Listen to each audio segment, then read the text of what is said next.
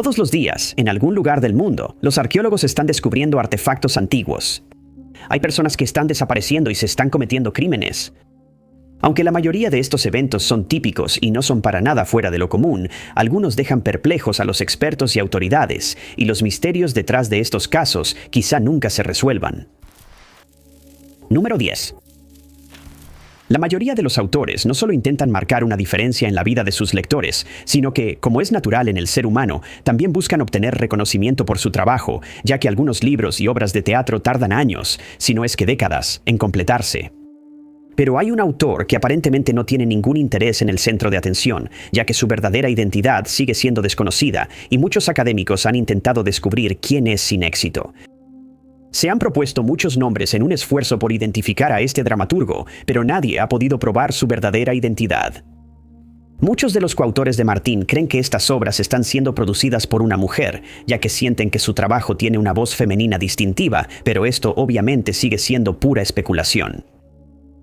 Su primera obra innovadora, Talking With, es una colección de monólogos que se presentó en el Humana Festival of New American Plays del Actors Theatre of Louisville.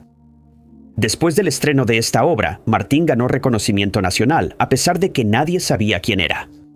Algunas fuentes afirman que ella nació en Kentucky, aunque no explican qué los llevó a esa conclusión, ya que nunca ha aceptado entrevistas ni ha hecho apariciones públicas para promover su trabajo.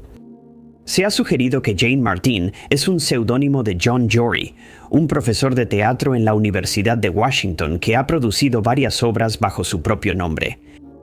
Cuando se le preguntó al respecto, Jory siempre negó ser el enigmático autor, pero se cree que podría conocer la verdadera identidad de la autora, ya que afirmó que ella no podría producir obras si se revelara su verdadero nombre.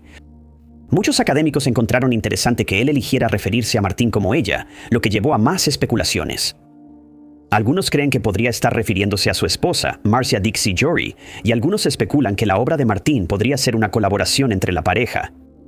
Sea cual sea el caso, las obras de Martin han causado bastante revuelo en la industria a lo largo de las décadas, una de las cuales se titula Keely and Dew. En 1993, se convirtió en la obra nueva más representada en todo Estados Unidos y ganó el premio a la mejor obra nueva, otorgado por la Asociación de Críticos de Teatro Americanos. También fue nominada al Premio Pulitzer de Drama, pero muchas de sus otras obras también recibieron mucha atención. Anton and Show Business y Jack y Jill ganaron ambos el premio a la mejor obra nueva, y pronto quedó claro que Martin tenía un verdadero talento, en lugar de ser solo flor de un día. Sus obras a menudo abordan temas difíciles y controvertidos, como la política y la agitación social que ocurren en un vecindario en particular. Su anonimato le ha permitido abordar temas políticamente incorrectos y también le permite hablar con franqueza sobre sus pensamientos acerca del estado de la sociedad moderna. Incluso sus obras más humorísticas contienen sátira sobre la industria teatral, y sus compañeros dramaturgos la han elogiado por su habilidad para atraer al público. Por ahora, la identidad de Martin sigue siendo un secreto y puede que nunca descubramos quién es. Algunas personas creen que este misterio debería quedar sin resolverse y que se le debería dejar en paz para expresarse desde la comodidad del anonimato. Número 9. Los arqueólogos tienen un trabajo muy interesante, aunque laborioso, que a menudo resulta en el descubrimiento de artefactos que nunca antes se habían visto. Además, de vez en cuando, se topan con algo que los deja completamente desconcertados, como un artefacto de bronce que se descubrió en Alaska en 2011. Ese año, un grupo de investigadores estaba excavando en el Cabo Espenberg cuando empezaron a descubrir objetos de metal que no deberían haber existido en esa región, y el misterio de cómo llegaron ahí sigue sin resolverse. El proyecto fue dirigido por John F. Hoffaker, quien fungió como investigador principal, y Owen K. Mason, el coinvestigador principal del grupo. Ambos provenían del Instituto de Investigación Ártica y Alpina de la Universidad de Colorado en Boulder, y nunca pudieron haber esperado encontrar estos extraños artefactos cuando comenzaron las excavaciones. Entre estos hallazgos enigmáticos se encontraba un señuelo de pesca de hueso con ojos hechos de hierro, una aguja de cobre, aparejos de pesca con un anzuelo de cobre, una cuenta cilíndrica de cobre, un pequeño trozo de lámina de cobre y una pieza rota de algún tipo de hebilla de cobre. Aunque estos descubrimientos podrían parecerse a cualquier otro descubrimiento hecho en el mundo cada día, los arqueólogos estaban eufóricos cuando los encontraron, ya que el artefacto les proporcionó información previamente desconocida.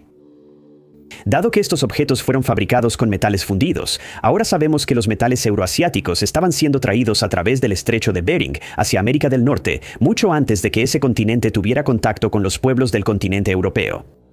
Pero aún quedaban muchas preguntas. Después de que los artefactos fueron analizados usando fluorescencia de rayos X por dispersión de energía, se determinó que el anzuelo, la aguja y la lámina de cobre estaban hechos de cobre casi puro. Pero no se ha determinado si ese cobre fue obtenido localmente en Alaska o si fue traído de otro lugar. En cuanto a la cuenta y la hebilla, es seguro que fueron hechas de aleaciones metálicas fundidas. Se descubrió que contenían bronce, una aleación de cobre, plomo y estaño. La hebilla también contenía una pequeña cantidad de arsénico y plata, mientras que la cuenta está compuesta principalmente de plomo, pero también contiene estaño y cobre. La hebilla ha generado la mayor emoción entre los expertos, ya que se cree que fue creada usando un molde. Nunca se ha descubierto un objeto así de la prehistoria en Alaska, y gracias a un pequeño trozo de cuero que se encontró aún adherido a la hebilla, se pudo realizar una datación por radiocarbono. Se fechó entre los años 1165 y 1460 después de Cristo, y los investigadores se dieron cuenta de que se parecía mucho a las hebillas que se usaban en los arneses de caballos en China entre los siglos I y VI. Aunque estos descubrimientos han causado mucha emoción, también han dejado confundidos a los expertos. Hasta que se excavó el sitio, se creía que los objetos de metal fundido solo se producían en la zona después de la llegada de los exploradores europeos. Pero ahora se sabe que este no fue el caso, y que las personas que vivían en Alaska durante tiempos prehistóricos habían recibido estos metales de una fuente desconocida. Las casas que están siendo excavadas en el sitio fueron abandonadas en algún momento antes de 1850, y se descubrió que fueron construidas usando piedra de otra parte de Alaska, ya que no se ha encontrado ese tipo de roca en la zona. Las casas fueron construidas en dunas que existían en la zona hace miles de años, y se sabe muy poco sobre las personas que las ocuparon. Se están realizando más investigaciones en el sitio, y, con el tiempo, podríamos aprender más sobre las personas que vivieron allí y las técnicas que usaron para crear estos extraños objetos. Número 8. A principios del siglo XIX, un barco pirata conocido como el Young Teaser navegaba por las aguas frente a la costa de Nueva Escocia, y cualquier barco que se encontrara con él se veía obligado a huir o a entrar en combate. El Young Teaser era un barco pirata que atacaba cualquier embarcación británica que encontraba, y en la mayoría de los casos, cuando todo terminaba, su tripulación se llevaba toda la carga del barco enemigo, la cual luego era vendida por una buena ganancia o utilizada por los propios piratas. El barco, una goleta, fue construido en Nueva York en 1813. Medía 75 pies de largo, tenía un casco de cobre y pesaba alrededor de 124 toneladas. Estaba equipado con varios cañones y en la proa lucía una intimidante cabeza de caimán con las mandíbulas abiertas en una pose agresiva. Durante la guerra de 1912, el barco navegó por la zona de la bahía de Mahoney, ya que el área contenía muchas calas e islas que podían proporcionar a la tripulación escondites, desde donde podían lanzarse sobre barcos británicos desprevenidos. Para empeorar las cosas, la mayoría de los barcos que eran atacados estaban completamente desarmados, y su tripulación no tenía otra opción más que rendirse de inmediato o enfrentar un destino muy desafortunado. Una vez que los barcos eran tomados y su carga transferida al Young Teaser, eran llevados a Boston, donde se vendían. El capitán Frederick Johnson había estado al mando de un barco más antiguo llamado Teaser. Había sido arrestado anteriormente, pero fue liberado bajo palabra después de prometer que nunca atacaría otro barco británico. Pero después de regresar a los Estados Unidos, su amor por el corso se apoderó de él. Se unió a la tripulación del Young Teaser, que llevaba el nombre de su antiguo barco, y de inmediato le cayó mal al resto de la tripulación, quienes lo describieron como grosero, desagradable y de mal genio. Sin embargo, sirvió como primer teniente del barco y comenzó a navegar por las aguas junto con sus 36 compañeros de tripulación. Sirvió bajo el mando del capitán W.B. Dobson, un pirata muy conocido en ese entonces, y el barco zarpó en su viaje inaugural el 10 de mayo de 1813. 3 días después, identificaron su primer objetivo y comenzaron a atacar un barco británico llamado el Invincible Napoleon. La tripulación de ese barco hizo todo lo posible por huir, y solo después de una persecución de 5 horas, los piratas lograron alcanzarlos.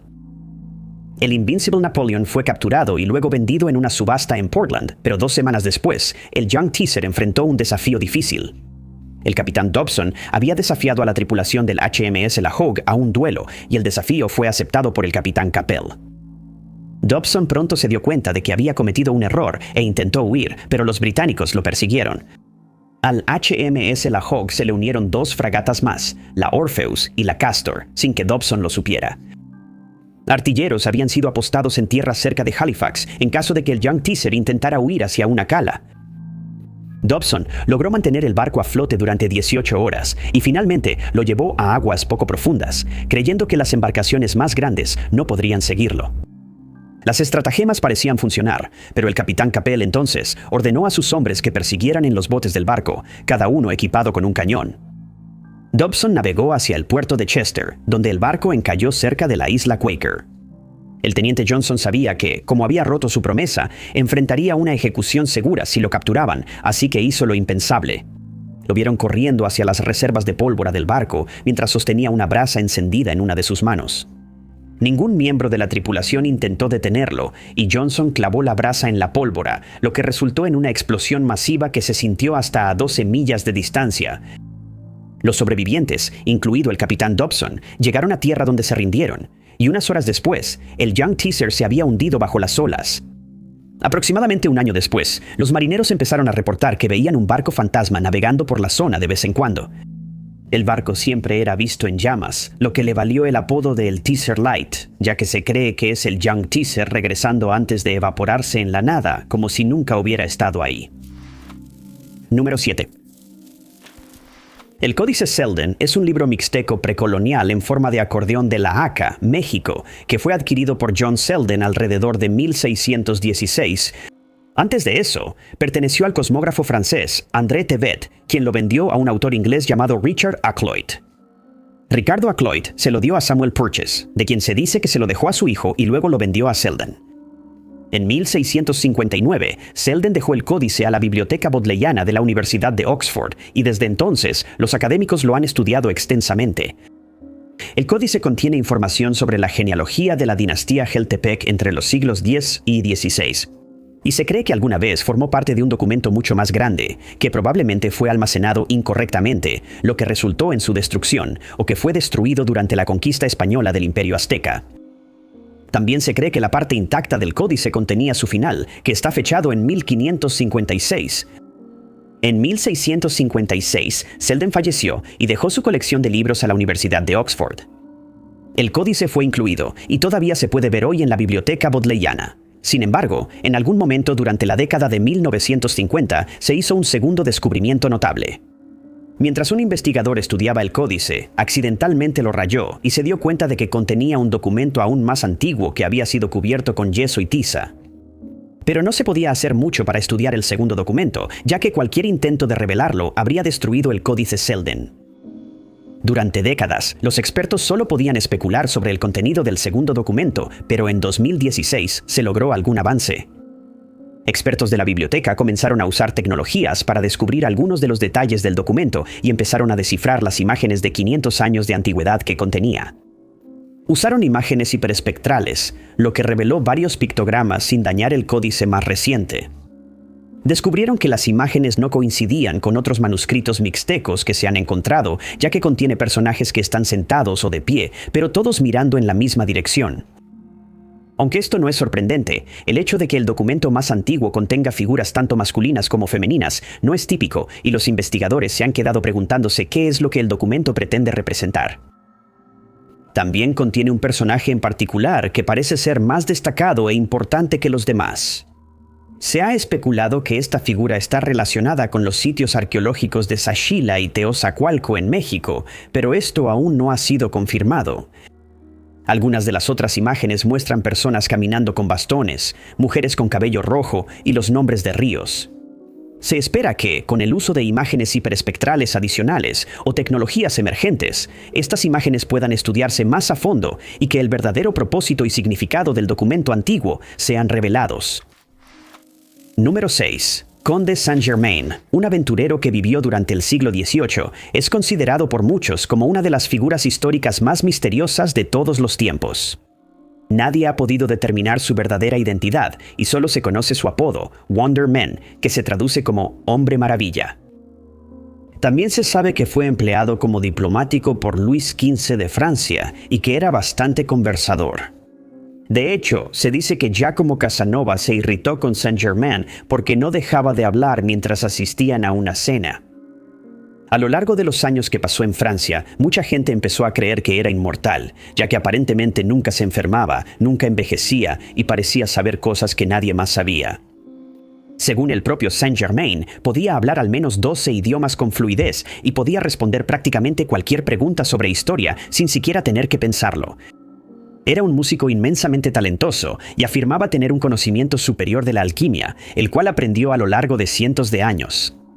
Agregó que lograba verse joven gracias a un elixir mágico que bebía, aunque nadie jamás vio la mezcla ni lo presenció tomándola. Se sabe que apareció de repente como si hubiera salido de la nada, en Europa en 1740. Cada vez que le preguntaban de dónde venía, se negaba a responder, y lo primero que hacía era deslumbrar a las personas a su alrededor con sus habilidades musicales. Sin embargo, su decisión de permanecer en el anonimato sí tuvo algunos inconvenientes.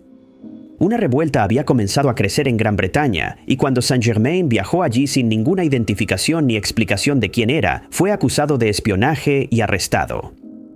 Finalmente fue exonerado de sospechas, y se especuló que podría ser italiano, portugués, polaco o español. También se sugirió que se casó con una mujer adinerada en México y que primero robó todas sus joyas antes de huir a Constantinopla, lo que explicaría de dónde provenía su dinero.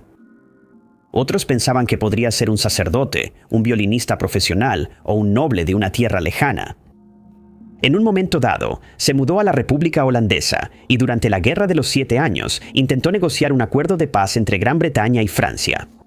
Luego regresó a Europa Central, donde entablaba conversaciones con tantas personas como podía, tocaba su violín para el deleite de las multitudes y compartía su aparentemente interminable conocimiento sobre casi cualquier tema. Durante la década de 1780 comenzó a trabajar para el príncipe Carlos de Hesse-Kassel y pasó la mayor parte de su tiempo realizando experimentos alquímicos y tiñendo diferentes tipos de telas. Se dice que finalmente falleció, pero varias personas informaron haberlo visto años después.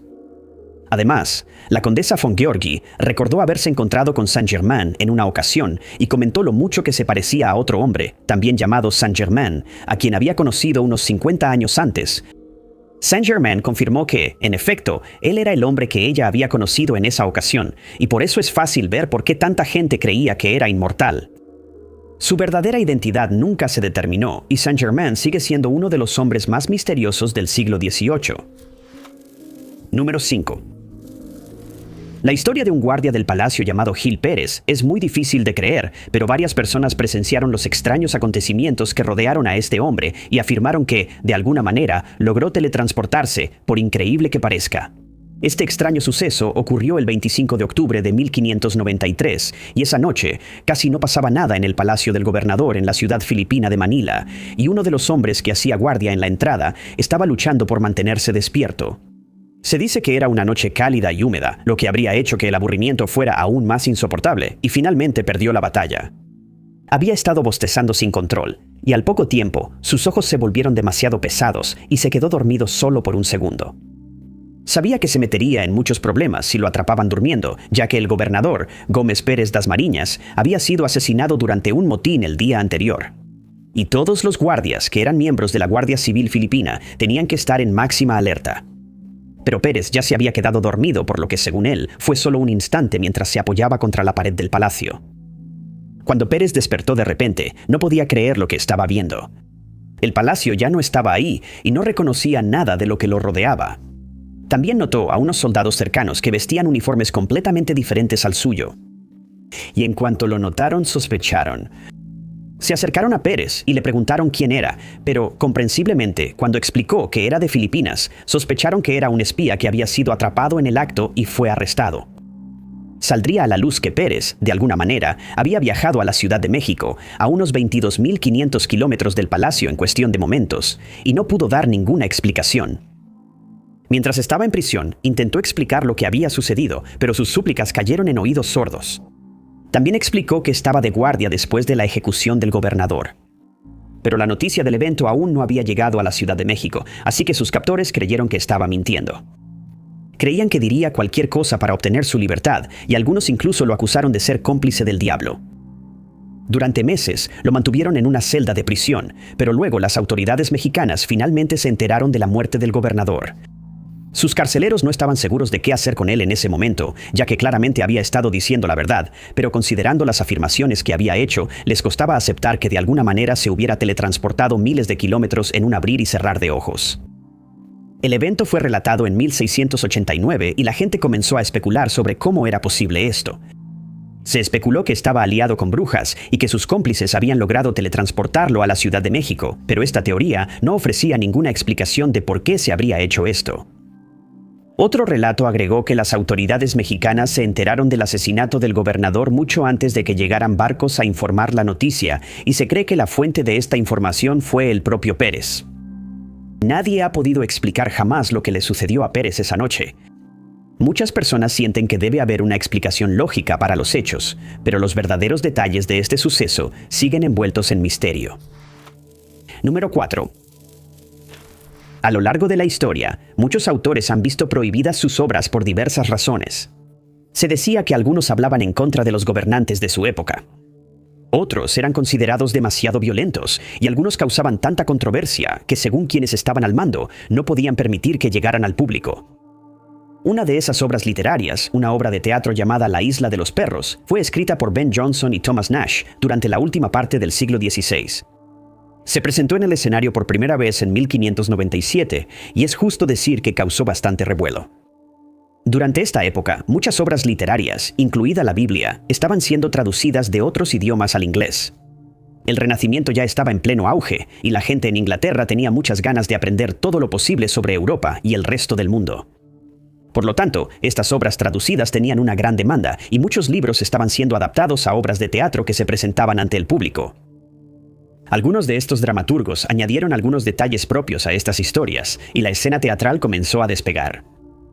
Antes de 1559, los actores solían ser pobres y viajaban de pueblo en pueblo, presentando obras para ganarse la vida modestamente.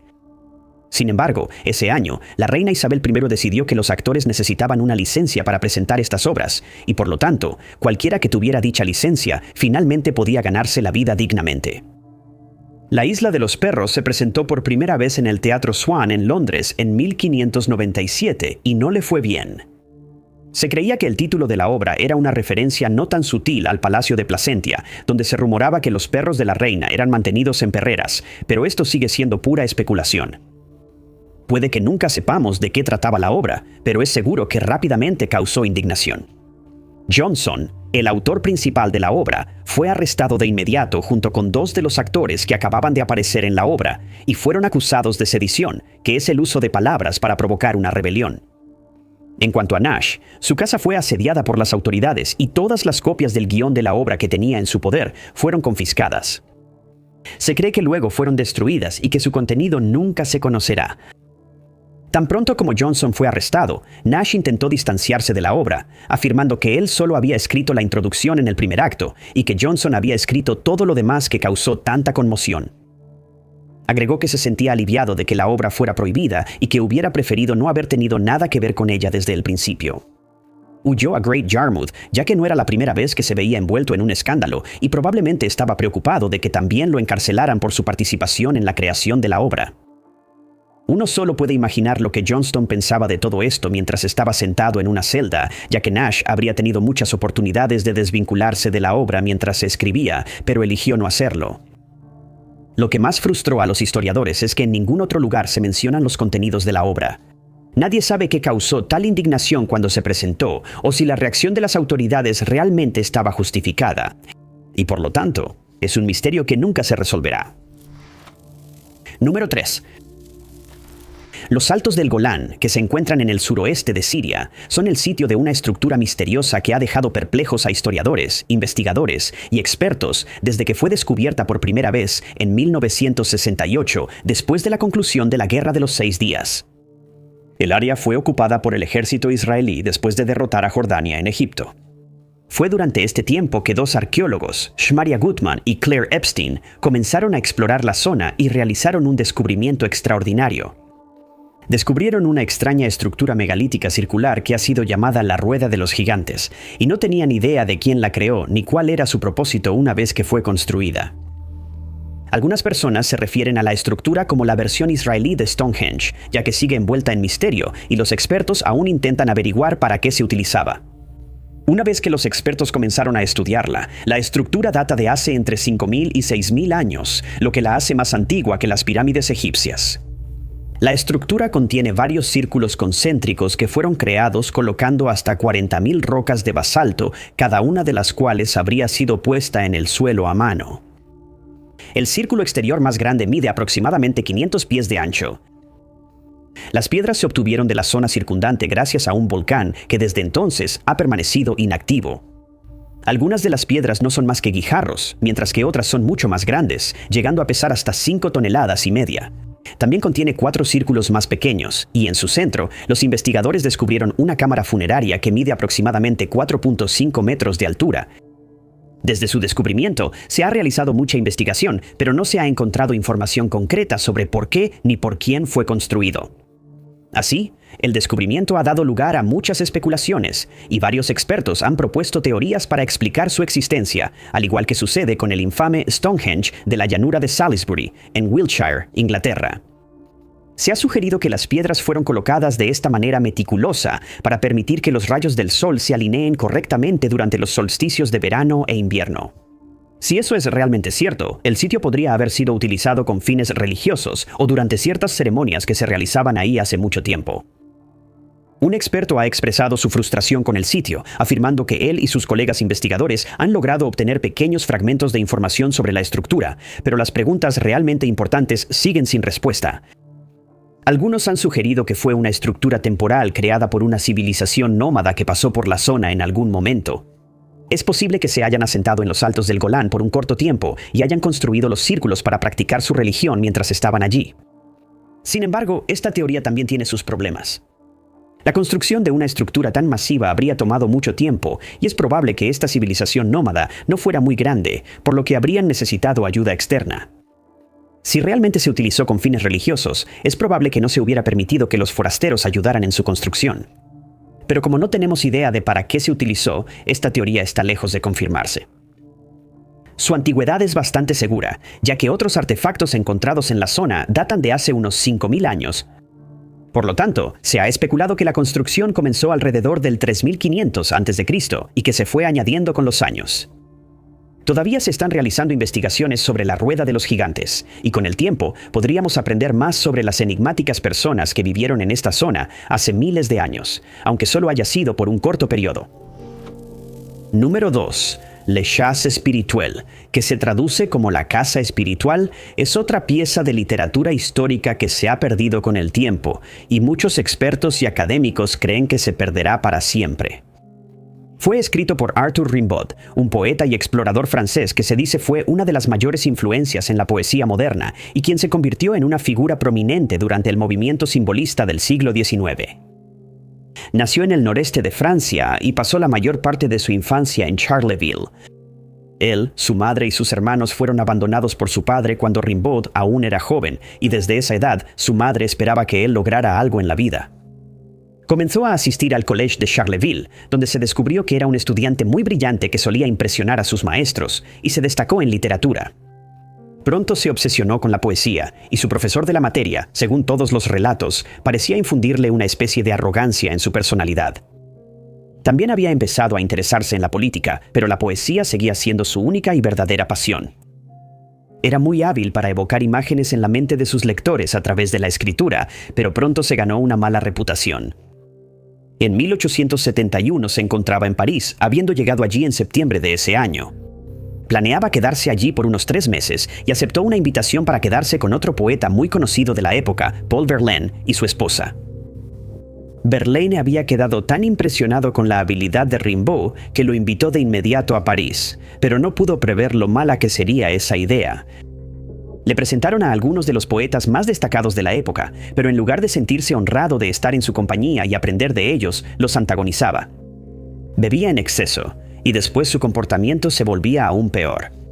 Se le podía escuchar gritando y maldiciendo, haciendo comentarios desagradables y siendo grosero con cualquiera que se encontrara, incluso con aquellos que eran considerados entre los mejores poetas de la época.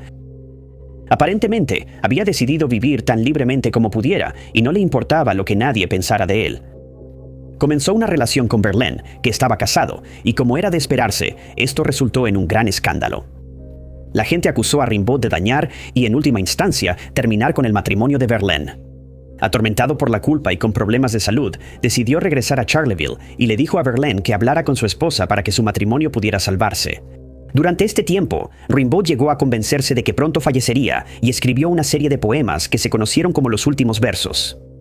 Los poemas hablaban de su anhelo de ser purificado, ya que creía que eso lo limpiaría de sus dolencias físicas. También sentía que se deterioraba mentalmente y expresaba su deseo de una regeneración espiritual. Fue claramente una época difícil durante la cual escribió Les Chasses Spirituelles, aunque esa obra la escribió cuando él y Verlaine aún estaban en París. En un momento, decidieron huir juntos a Londres, y desafortunadamente, Rimbaud dejó el poema en la casa Mott, donde se había estado quedando con Verlaine, y nunca se volvió a ver. Se cree que probablemente fue destruido por la familia de Verlaine, que no sentía aprecio por Rimbaud y que podría haber sido su mayor obra, si hemos de creerle a Verlaine.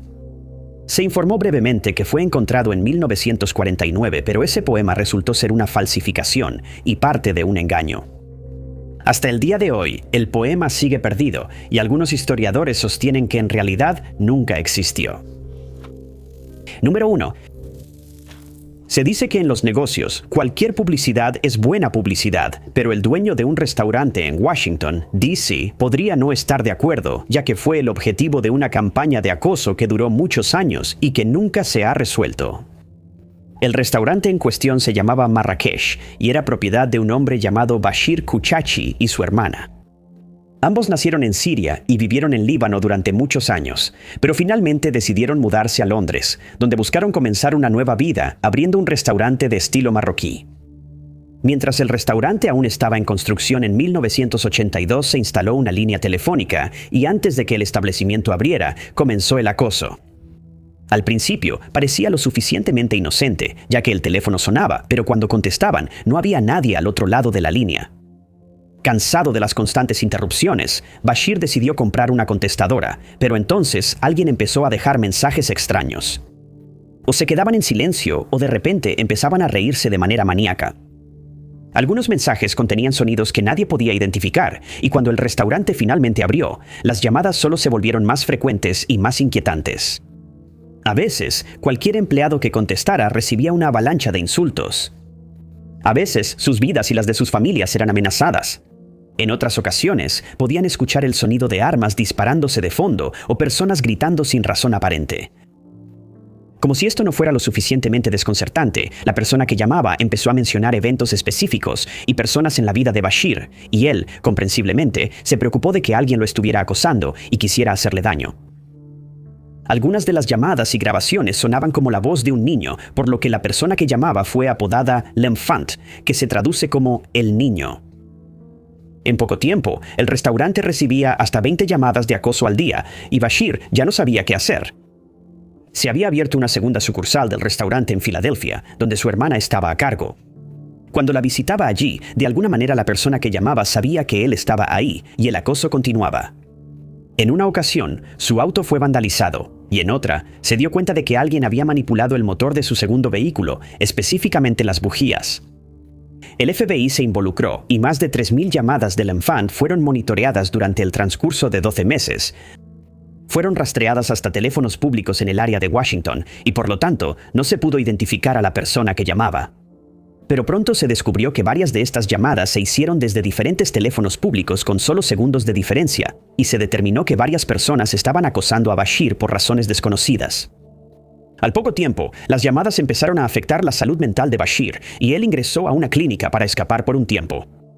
Un gerente se hizo cargo por el momento y solo 3 semanas después, su hijo fue atacado por 2 agresores masculinos no identificados.